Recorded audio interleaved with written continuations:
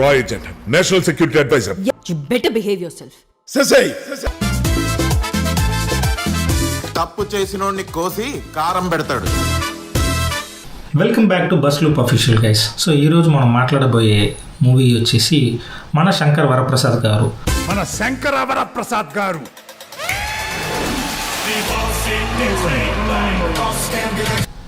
ఈ మూవీ గురించి మాట్లాడంటే ఖచ్చితంగా మనం డైరెక్టర్ సార్ గురించి కూడా మాట్లాడాలి. అనిల్ రవిపొడి. ఈయన రీసెంట్గా తీసిన ఫ్యూ బ్లాక్ బస్టర్ హిట్స్ అందరూ థియేటర్లో ఖచ్చితంగా ఎంజాయ్ చేసి ఉంటారు. సో అదే ఎక్స్పెక్టేషన్ తోటి నేను థియేటర్కి వెళ్ళాను.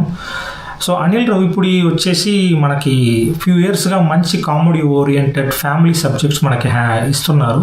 సో ఆ ఎక్స్పెక్టేషన్స్ తోటి థియేటర్కి రీచ్ అయ్యే వాళ్ళందరికీ వచ్చేసి ప్రాపర్ సాటిస్ఫాక్షన్ అనేది ఉంటుంది.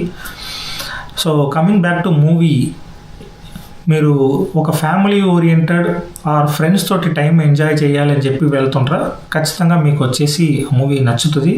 ఎందుకంటే యాజ్ ఎక్స్పెక్టెడ్ ఈ మూవీలో ఫస్ట్ హాఫ్ అనేది pure comedy and proper song placements తోటి సూపర్గా వచ్చి cinematography తీసుండ్రు.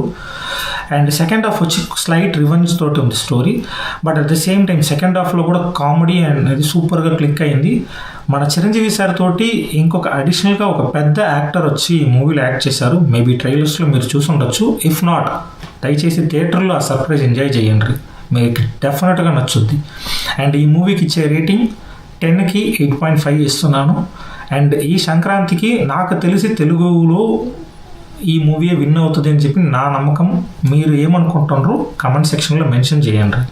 Thank you, bye. Please Saraka whatever. ఎవడో చూసి నిన్ను ఏదో అంటాడని నవ్వుకుంటాడని అనుకోకు. సింగల్ అవుతామని పట్టికొచ్చి అట్ట సింగిల్ గా నువ్వు ఉండిపో.